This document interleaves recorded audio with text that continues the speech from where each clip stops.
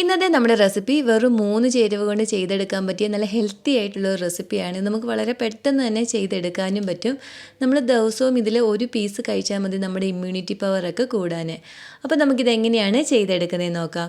ഇതിനായിട്ട് ആദ്യം വേണ്ടുന്നത് നെല്ലിക്കയാണ്. ഞാനിപ്പോൾ ഇവിടെ 2 കപ്പ് നെല്ലിക്ക കഴുകി കുരുവൊക്കെ കളഞ്ഞ് ഇതുപോലെ ചെറിയ ചെറിയ പീസാക്കി ഒന്ന് കട്ട് ചെയ്ത് എടുത്തിട്ടുണ്ട്. ഇനി നമുക്കിതൊന്ന് ആവിയിൽ വെച്ചൊന്ന് വേവിച്ചെടുക്കണം. അതിനായിട്ട് നമുക്കിത് ഈ തട്ടിന് മുകളിലേക്ക് ഇങ്ങനെ ഒന്ന് വെച്ച് കൊടുക്കാം.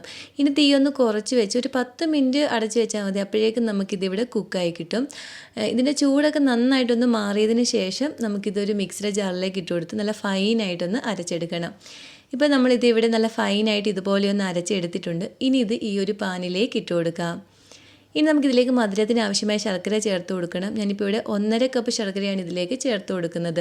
അപ്പോൾ 2 കപ്പ് നെല്ലിക്കയ്ക്ക് 1.5 കപ്പ് ശർക്കരയാണ് നമ്മൾ ചേർത്ത് കൊടുക്കുന്നത്.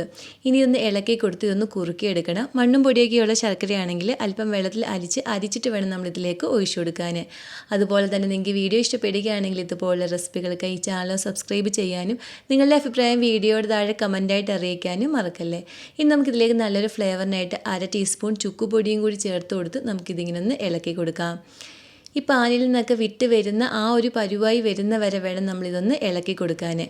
ഇപ്പോൾ ഇതിവിടെ കറക്റ്റ് പരുവായി വന്നിട്ടുണ്ട്. ഇനി നമുക്കിതൊന്ന് സെറ്റ് ചെയ്തെടുക്കുന്നതിനായിട്ട് ഒരു നെയ്യ് തടവിയ ഒരു ബൗൾ എടുക്കാം. അല്ലെങ്കിൽ ബേക്കിംഗ് പേപ്പർ വെച്ചിട്ട് അതിൻ്റെ മുകളിലേക്ക് നമുക്ക് ഇതിങ്ങനെ ഒന്ന് ഇട്ട് കൊടുത്ത് മുകൾ ഭാഗമൊക്കെ നന്നായിട്ടൊന്ന് ലെവലാക്കി കൊടുക്കാം. ഇതുപോലെ ഒന്ന് ലെവലാക്കി കൊടുത്തതിന് ശേഷം നമുക്കിതിൻ്റെ ചൂട് നന്നായിട്ടൊന്ന് മാറാൻ വേണ്ടി മാറ്റി വയ്ക്കണം. ചൂടൊക്കെ നന്നായിട്ട് മാറിയതിന് ശേഷം നമുക്കിത് കട്ട് ചെയ്ത് സെർവ് ചെയ്യാവുന്നതാണ്.